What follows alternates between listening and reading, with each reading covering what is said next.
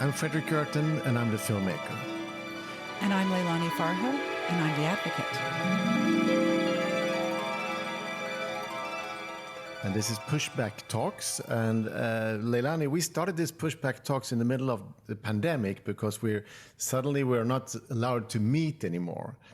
Because before that, we were traveling the world, sometimes together, but a lot to talk about the film Push. And we met a lot of amazing people around the world. And when the pandemic came, we wanted to find a way to keep talking. And we named it Pushback Talks. And I think we are now, this is the 5th season, so we're trying to find a new role for this pushback. And it's obviously a podcast about people fighting back, isn't it? It is, as it should be. And there are lots and lots of people, more and more, I think, pushing against the systems that are crushing us, really. So we have a lot to talk about. Yeah, and I think the news media has a tendency of telling only one story. And of course, it's always a very important story, like what's happening in Ukraine and the amazing girls in Iran that are also really inspirational. I mean, there's a lot of very important stories to talk about, but there's also other struggles going on. And now we're actually going to fly out to Athens, Greece, the town your dad lived in when you were a young girl. I have an affection for Greece and for Athens, so I'm excited by us covering this story. It's a precious place. Yeah, a little bit more than a year ago, we had a guest from Athens, from the Athens Media Live Lab, Sotiris Sediris, and he's a data journalist. So he told us very much about how the city was sold out after the financial crisis and the European Union imposing a lot of very strong restrictions or behavior on Greece that really destroyed the country in many ways. It's extremely brutal program.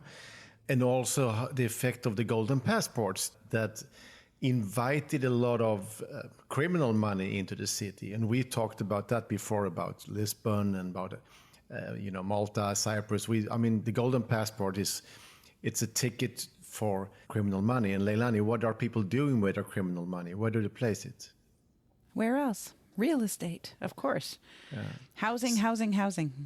And I remember in that show, Sotiris Sediris, he mentioned one neighborhood called Exarcheia that over a very short period lost a big percentage of the population thanks to Airbnb investments and so on.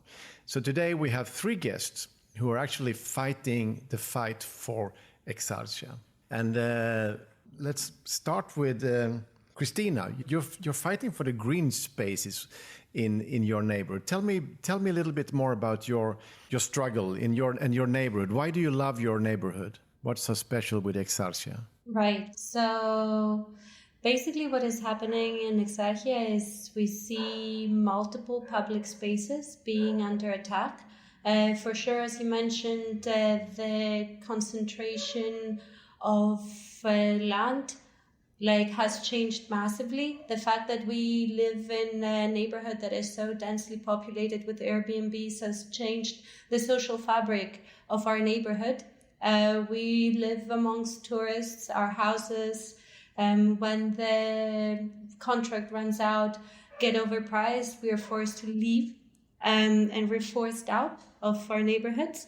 And what is so beautiful about the Exarcheia is that it's a neighborhood that has had such significant presence within the recent, the modern Greek history. It's a place where the university, the Polytechnic University, is situated, where the uprising against the military junta took place. It's a place where it has been renowned that a lot of movements come together and take shape, take space also. It's also the neighborhood where the murder of Alexis Grigoropoulos happened in 2008, which sparked the biggest insurrection in any modern Western state in 2008. That's severely important to us. And it's also, for me, what is very unique and beautiful about Exarcheia is that it's a neighborhood that it's made up of many small communities. I wouldn't say that there isn't one singular face to it, because if that were to be the case, I'm afraid it would be a rather dark one, an Airbnb-ish face. It's a lot of small communities trying to get together and cover from us the needs that we have. It is a lot of struggling communities. We're talking about migrants and homeless people. Yeah, I've been to Athens many times. I don't think I've been to Exarcheia, but it's obviously a very tolerant neighborhood where everybody is welcome, refugees, and it's also a place for artists and resistance. And I think in Push, we talk about Kreuzberg of Berlin, and we talk about the Kensington Market in Toronto. We go to many of these places where the tolerance is bigger, and there have been small breeding grounds in many cities for culture and so on. But it's kind of, we talk about Notting Hill and Kensington in London. It's kind of clear that those cultural spots are now under threat globally, and these kind of investments are killing culture and killing neighborhoods. It's something we need to talk about more. And we have here Nikos Papakostas, who is in a group that is fighting the metro. You don't want a metro station in your neighborhood. Nikos, tell us about this. Hello, and thank you for the invitation. So it is related to the metro station, but it is part of a wider question of power. And I think this is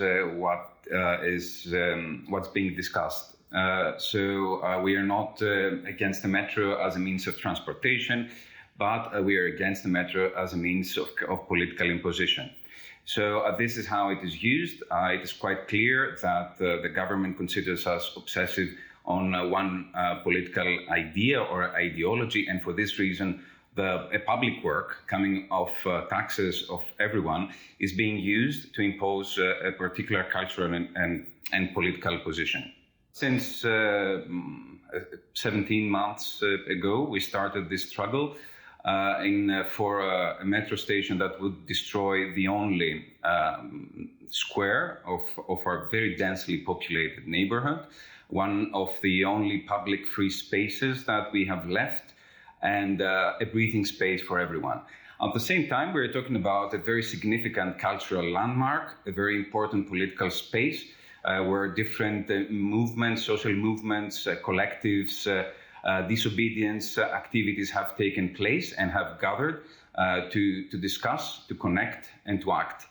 And for this reason, the Exarcheia Square is under attack. And right now, it is covered in metal sheets that is being guarded by hundreds, literally hundreds of police around the clock. Every day? So there is, exactly. At this moment, there are hundreds of police watching at this construction site. Exactly. And since how long has these policemen been standing there? On the 9th of August, at 4:30 in the morning, police forces by the hundreds came to Exarcheia Square to impose this public work. The citizens reacted, of course, but it was the midst of August, and they were fully armed, in full equipment, literally hundreds of policemen that have been here ever since. The community, the neighborhood has reacted, and the people and the community has been boiling.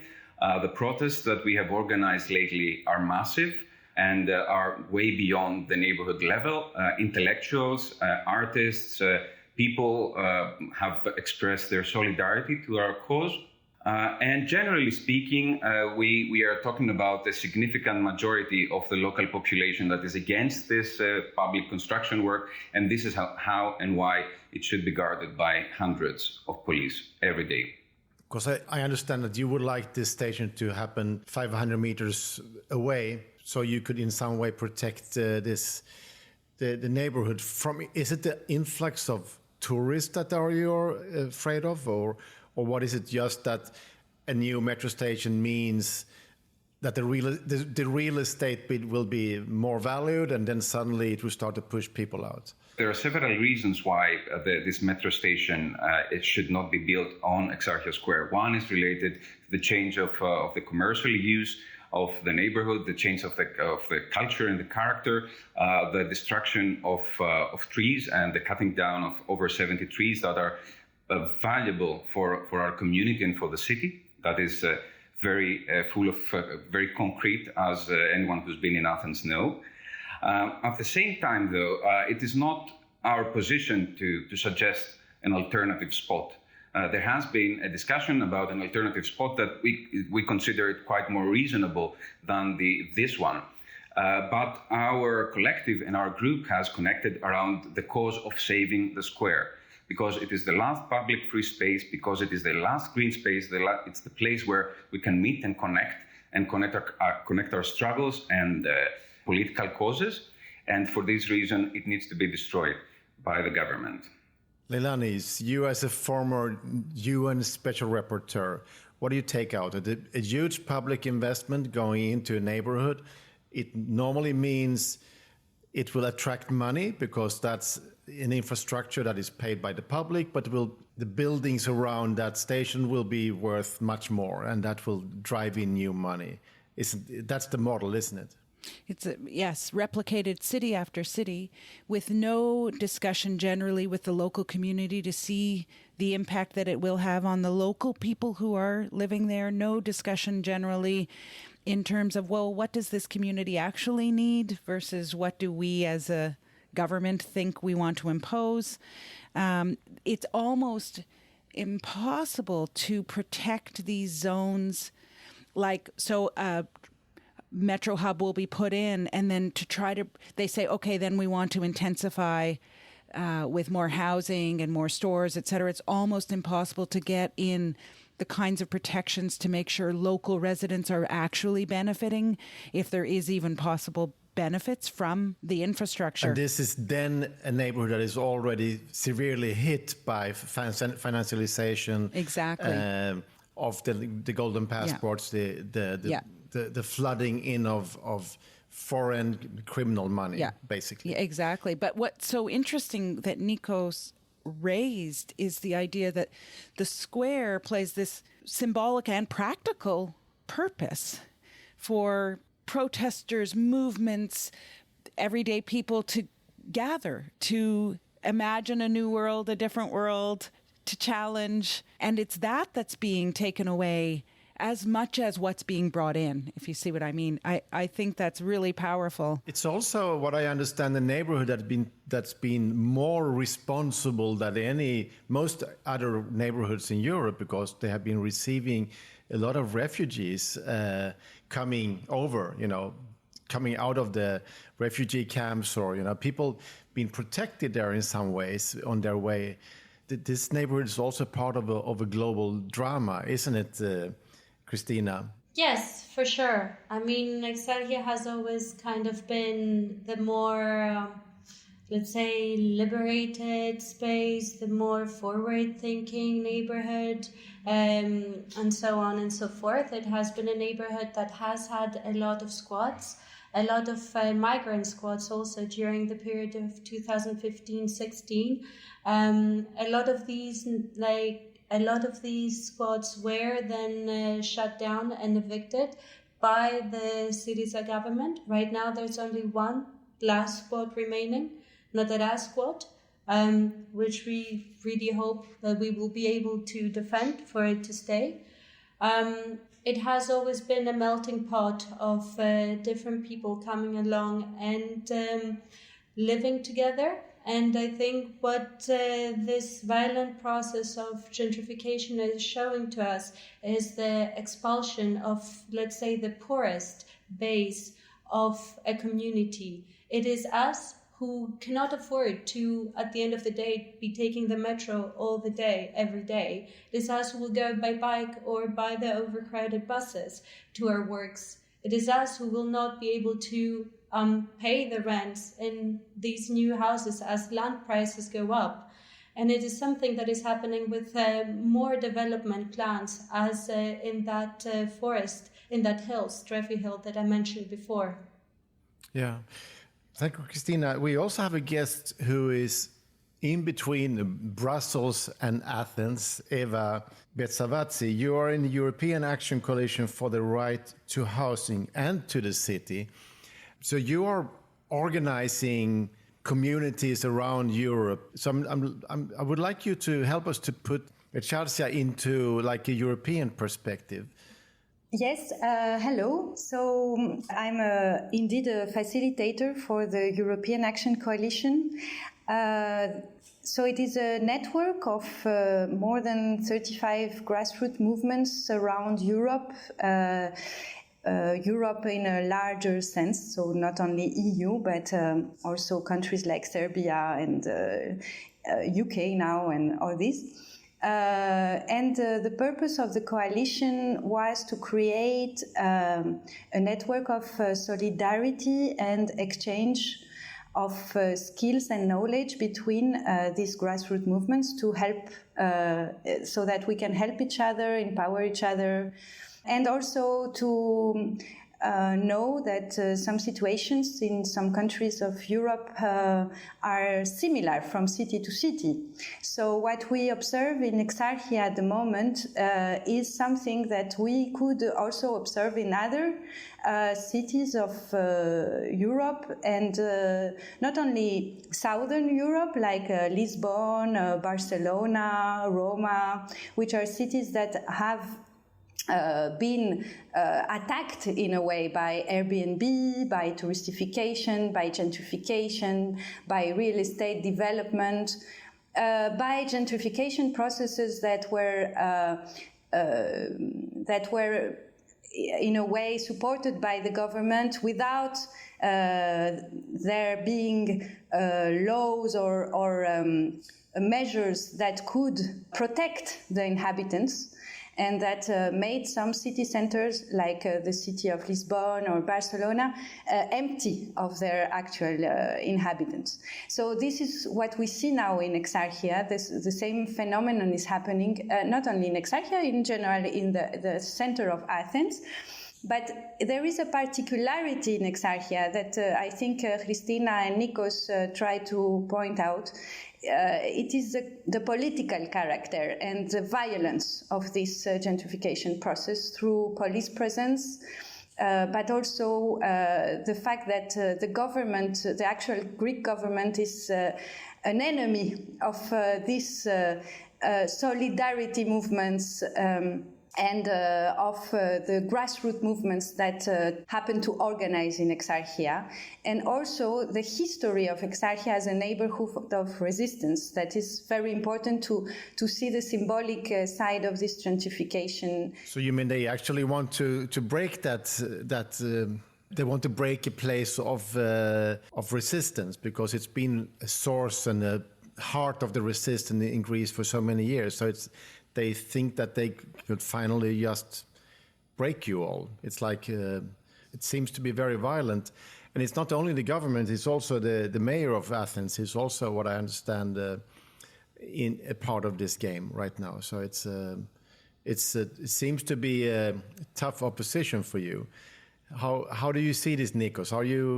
We like optimistic stories, so give us some hope. What are you doing to fight back? Yeah, I could give you plenty of hope because there is a lot of energy and a lot of emancipatory power lying or happening in Exarcheia, in our neighborhood.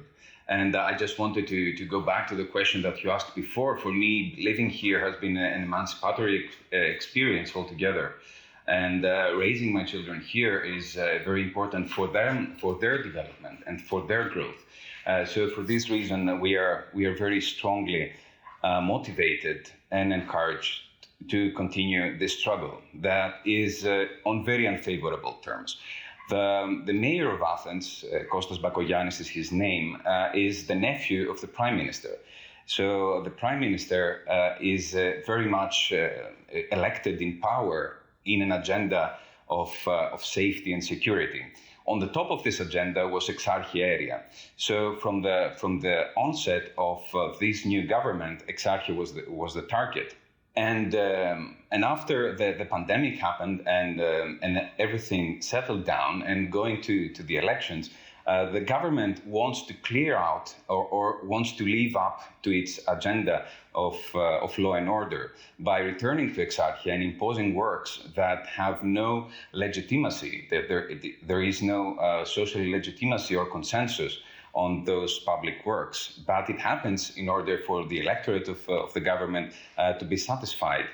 Also, I would like to point out an interesting fact. I don't know if it is for a global audience as of your podcast, but right now the works in Exarcheia Square, they happen without the proper permissions.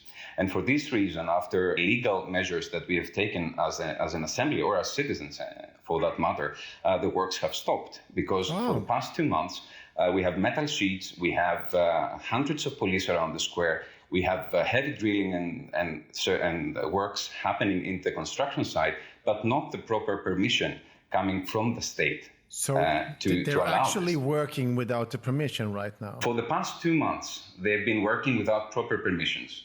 And this is not based on what I'm saying. It is based on what the state and the Ministry of Energy and the Environment has officially stated to us. After that, we made a call to the local police station, and the works are stopped. Nico, I'm wondering, are other communities in Athens supporting you as you're struggling? And because this to me could be, it's such a flashpoint of it's a very here and now situation. This is happening worldwide. And I imagine that you could get a lot of support, maybe from other neighborhoods, other communities that haven't been successful in challenging gentrification, financialization, et cetera. I'm wondering. Definitely. So we have been enjoying very huge support by people like us, people from our class, people who share our interests, struggles and struggles. However, as I should mention before about the state of democracy and of the rule of law in Greece, you need to point out that the media is state-controlled, is government-controlled, actually, under government control. This means that the Exarcheia Square, being the jewel on the crown of the law and order agenda of the government, cannot be played, cannot be aired in a normal way or on normal terms. They have been demonized. This neighborhood, this small part of land in the center of Athens, have been demonized. Everyone has an opinion about what happens in Exarcheia, and this has to do with the fact that we are very central in the agenda of the government about law and order. Mm. So, I mean, they always use law and order to fight people and not fight crime. Eva, sorry, I was a little bit interrupting you before. So if you can come in, because I like you to bring in the European perspective of what do you see like this happening in other cities around Europe, and do you have any other stories that you think we should know about? Yes, so there are many other stories. I can tell you one in Brussels, for example, which is a city where I live also. So now, during the pandemic, it was an excuse for many governments to start public works, and it was an excuse for many reasons, because first of all, there was a lot of financial capital that was concentrated on space, real estate, and all this stuff. And so that brought new works to develop.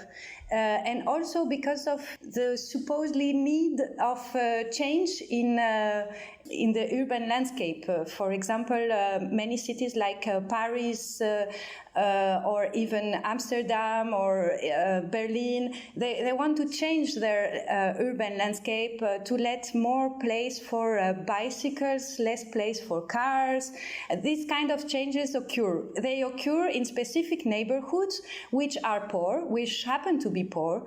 There are gentrification processes that take place, and there is no regulations for the actual inhabitants to not be expelled from these neighborhoods. And so I'm coming back to my example of Brussels with a metro station that is being built in a street called Stalingrad, which is in the center of Brussels. It's a poor neighborhood. The work started during the pandemic. There was no place for resistance on this metro, but many organizations in Brussels went against it. And it's a huge amount of public money. And we see that as for Exarcheia, in a way, it's a different scale, of course, a different city, a different situation, but still it happens to be at the same moment, for the same purpose, with the same excuses in a way. So we see that in many other cities of Europe, and we are worried about these gentrification processes. Yeah, I was in Brussels showing Push, actually, and I met a lot of activists from the different struggles in Brussels. And I know the debate is very strong also in Brussels. I think what you talked about also about we want sustainable cities, we want bike lanes, we want good public transport. That's a part of fighting for a better climate. But a city also needs to be socially sustainable, and the politicians tend to forget about that. So then when you put the bike lane, the prices go up because people prefer bikes to cars. You know, they want to drive their cars, but they don't want to live by a big street. So this is a conflict a lot of cities are fighting. We met people in the US who talked about it's green enough. We don't want a new park because if you give us all these beautiful trees and playgrounds, we can't afford to live here anymore. That's very scary and very, very sad. So to all city planners who listen to us now, think about if you want to make your city better, you also need to think about the social aspects. Leilani, you remember we went to meet the Friends of the High Line in New York City. What did they say to us? Yeah. Well, I mean, they said to us that all of the touristification that happened as a result of the High Line and these architecturally designed buildings on either side were contributing nothing to the actual community. They weren't even paying any fees or taxes that would go directly back into the community to make the community better. We found out that the low-income community, African-American community living beside the High Line in public housing don't want the High Line, weren't using the High Line, weren't interested in it. You know, what did they probably need? Community centers and programming for children whose parents have no money, and you know, these sorts of things. So it's funny that you raised the High Line, Fredrik, because I was thinking very much about that. And I was actually, Leilani, I was shooting for my new film very close with your friend Rob Robinson, who is a New York homeless activist, a very, very nice gentleman. And this was just in the neighborhood. And I remember how the Friends of the High Line said, this was a mistake. What we did was actually, if we knew, we wouldn't have done it in this way. So I think it's really interesting for this situation in Exarcheia. Sorry. Exarcheia. Exarcheia. I have my heater on. My tongue is thick. It's cold in Canada. They said about the High Line that they asked the wrong question. That they asked, you know, what could we do with this barren, vacant railway line, rather than asking, what does this community actually need? Yeah. And I think it's really similar to your situation. I mean, there's something very sinister about gentrification, if that's what you want to call it, financialization. It happens as if it's good. A metro station. Who can complain about a metro station? A beautiful park on a High Line. Who can complain about a new park in New York City? And what's not discussed is the impact, the effect on the local community, what makes that community, as Christina was so eloquently talking about, so interesting, right, is the people, the mix of people. And what really worries me in all of these situations is I just don't understand where governments think these people are going to go. Where will people live? Where are the people going to go? But it's not only the people, it's actually the culture of a neighborhood. And you're talking about Exarcheia as a 100-year-old story of culture and resistance in Athens, with the Rebetika clubs and the writers, the painters, the graffiti, the students who took on fascism. I mean, it's a very deep story. And we can go back to in the film we talked about Notting Hill, the Caribbean Carnival, and all this kind of many things that make a city. And if we just kill off a neighborhood like Exarcheia or Notting Hill or others, everybody will lose. Not only people there, the whole city will lose. And then you mentioned when we talked, Leilani, all cities will look like airports in the end. Is this what we want? So it's the fight you are doing in Exarcheia it's for more than only your own group of people, I would say. I agree with what has been said. I think I wanted to give a little bit more nuance when you spoke about networks. So in Athens, we're seeing the violent taking of the public space. It is true that during the quarantine and during COVID era, all of us, more or less, rediscovered the use and the joy that public spaces bring to us. In Greece, we had a phenomenon of very heavily policed public spaces, especially Exarcheia Square was constantly occupied by police forces during the COVID, during these 2 years. And what I wanted to say is that the public discourse, has actually started taking on the issue of public spaces and the issue of how this development in public spaces is taking place. We're talking about big projects in all of Athens here that don't start and finish with Exarcheia Square. We're talking about a new metro line. We're talking about revamping or redevelopment projects that are so huge, and in their negative externalities, let's say, they actually bring the violent expulsion of the people that inhabit these areas. 2 examples I wanted to mention is the refugee camp of Eleonas. It is an official camp that is threatened by eviction. All migrants are slowly forced to move in closed detention centers. And the development plans for this piece of land is that it should become a sports stadium, a football stadium. There is another example. It's a community called Prosfigika. It's a community, self-organized community of migrants and communists and anarchists in the center of Athens that have come together and built a self-sustainable community. This is being threatened with eviction, and in its place they want to actually make a museum for migration, which is a very ridiculous way of showing us that the actual intentions behind this thing is not beautifying the city. It actually is expelling the people that are not productive for the sort of vision the municipality and private companies have for the city. Because, just a tiny comment, what we're seeing right now in Athens is we're seeing something similar to the model that is happening in London. Privately owned public spaces.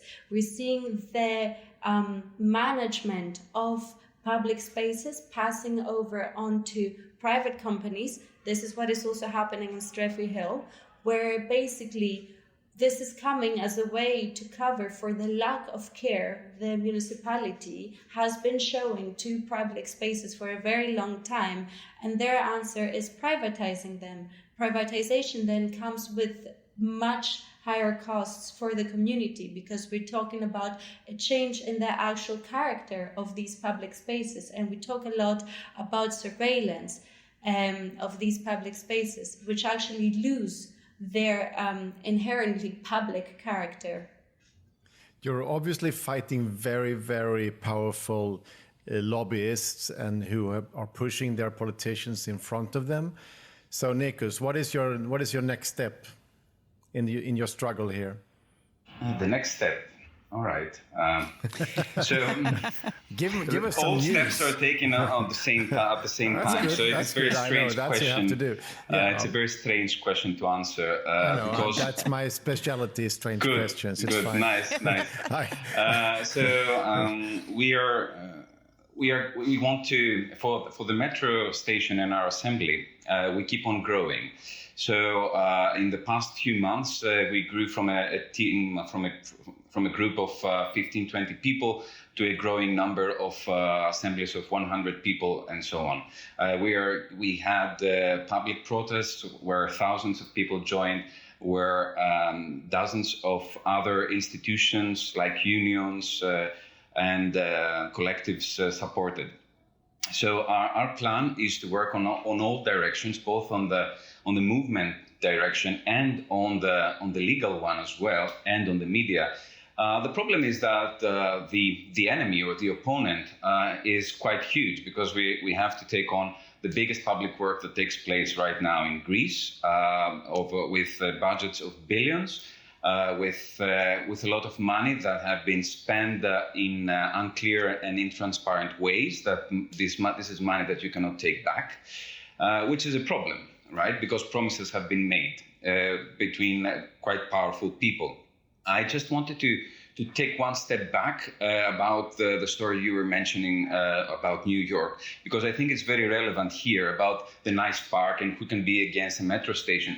So from my point of view, it is related to prioritization, because political decisions are not good or evil in themselves. They are good or evil in comparison to the alternative.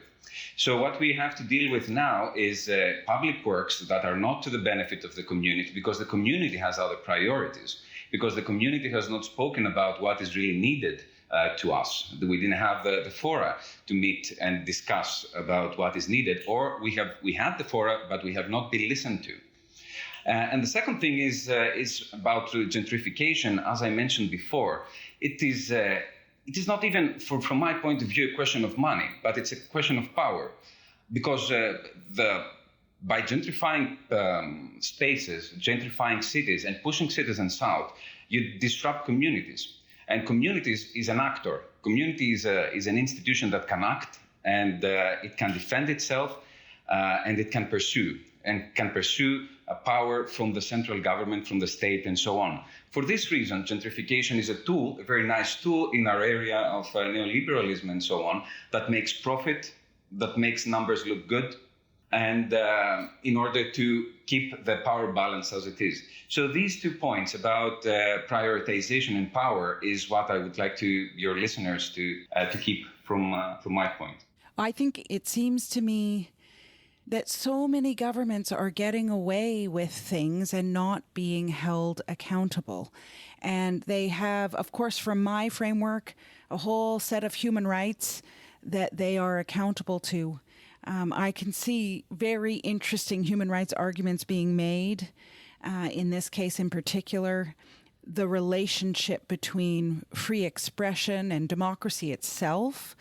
And you say the rights to the city, I might say the right to housing, because it will drive people out of their own community. So just to say that I think we're in a stage now with resistance where accountability is what the resistance is about, at least in part. And I love these actions that are really which is what you're doing, is to hold the government accountable to the community and what the community's needs and human rights are. Eva, you're preparing a conference in Athens very soon. Tell us about your conference. What do you want to achieve here? Yes, I will tell you, but first I just want to say one word about why it is important also to fight this gentrification that is occurring in Exarcheia. I want to remind people that in Greece there is no social housing, there is no protection for the primary house of people, there is no budget, a real budget for housing policies, and it's very low in comparison with other expenses of the country. And so this makes all this situation much more difficult. So this was a parenthesis. And then I will say about the Athens meeting. So the members of the European Action Coalition decided to gather in the beginning of November from the 2nd to the 6th in Athens, in Exarcheia, in this neighborhood. So 70 people will come from different grassroots collectives from those 20 countries to speak about their struggles, to exchange their knowledge, their skills, to organize workshops, to discover the fights in Exarcheia, and also to make actions with the people fighting in Exarcheia to show their solidarity. So if you are in Athens at that moment, we would be very glad that you pass by. Ah, cool. So it's an open invitation. Go to Athens and Exarcheia. I want to come. Yeah, you will be in the region, Leilani. You're going to Palestine. Yeah, but a week later. 2 weeks later, unfortunately. I'm in the final edit of my new film, so I will be locked into the edit suite by my producers. But I will send a message of solidarity for sure. That's cool. Friends, we have been talking a lot, and time's running out. But send us a final word from all of you to give us some inspiration and some hope. Yes. Christina. Yes, thank you for the invitation and your time. I think it's very important for us to be able to speak about what's happening in our neighborhoods and the global scenario that is slowly unraveling itself also here in Athens. Mia just wanted to say 2 words about the political significance of gentrification. Because Mia see this whole move to construction, to repurposing and resignification of public spaces as an attempt to raise political memory. We spoke about how important this neighborhood is. We spoke about all the different components and communities that have created this multilingual, multi-ethnic, multi-politically affiliated neighborhood. And what we're seeing now is on the 9th of August, what we saw is just a de facto police military occupation of the square that has been stationed there for over 2 months now, and basically has taken out one of the most vibrant spaces in the neighborhood. And since the 3rd of October, the same thing happened to the Hill. Again, police came with to accompany the workers and has installed itself at the entrances of the Hill, has actually beaten up people trying to approach the basketball court that is nearby, is behaving in such an authoritarian way that when we're speaking about gentrification, what really sticks out to me is the personal experience of this violence that comes with it and the expulsion of the people who actually inhabit these communities, these neighborhoods, and are the ones that need to get out so that the big capital can have its way and create fancy new parks for people that won't be able to walk in them.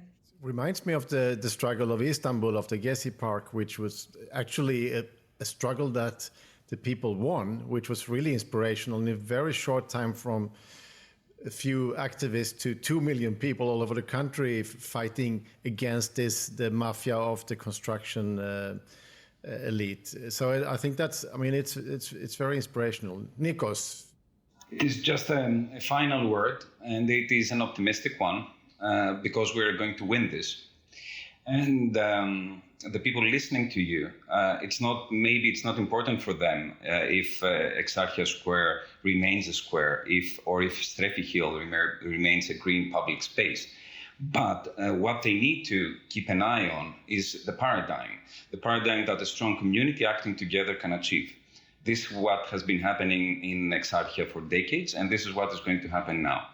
Because governments come and go, but human relationships are there, communities are there to resist. And this is what we will be doing. We might be inducted, we might be beaten and so on, but we are many. And in the end of the day, regardless of the police occupation and so on, it is quite clear that the king is naked. It is unreasonable. It is a public work without any logic behind it. And for this reason, people need to keep an eye on things that are clearly unreasonable and are being sold as normal, as normalcy, as normality, as everyday life, that they shouldn't be reacting against. On that note, I would just like to point out that many of your audience are not able to contribute in different ways, but there is an ongoing petition with texts in different languages on change.org.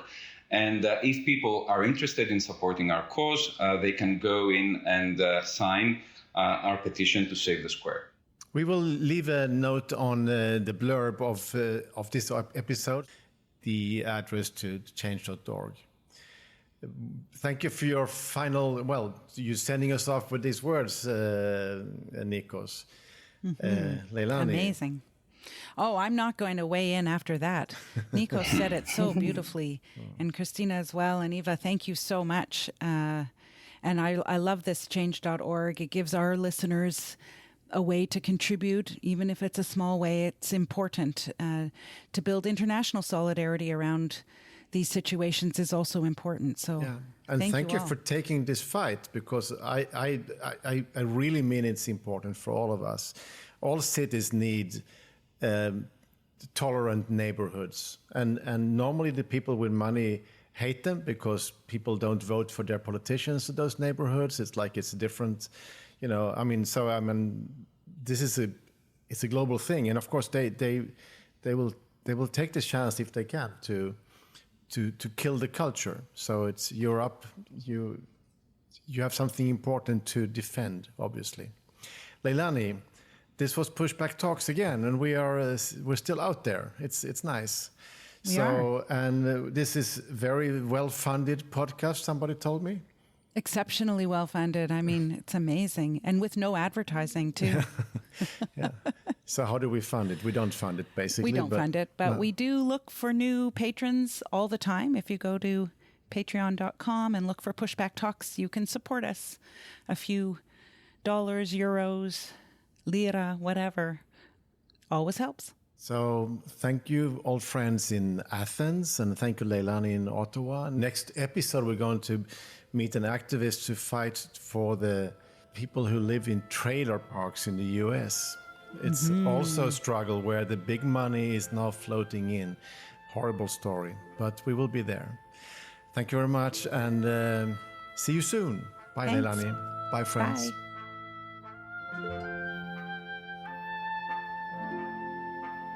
Pushback Talks is produced by WG Film. To support the podcast, become a patron by going to patreon.com/pushbacktalks or follow us on social media at make_the shift and push_the film.